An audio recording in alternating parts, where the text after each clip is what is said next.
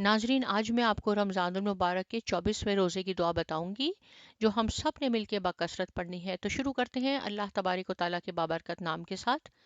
اعوذ باللہ من الشیطان الرجیم، بسم اللہ الرحمن الرحیم، انی عذت بربی وربکم من کل متکبر لا یؤمن بیوم الحساب۔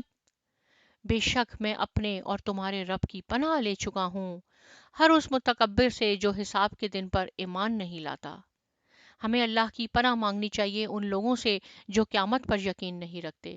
قیامت ضرور آئے گی اور ہمیں اللہ تبارک و تعالیٰ کے حضور حاضر ہونا ہے، اس لیے ہمیں اس کی تیاری ابھی سے کرنی ہے۔ اس دعا کو بکثرت ہم نے آج کے دن پڑھنا ہے۔ بہت شکریہ، جزاک اللہ۔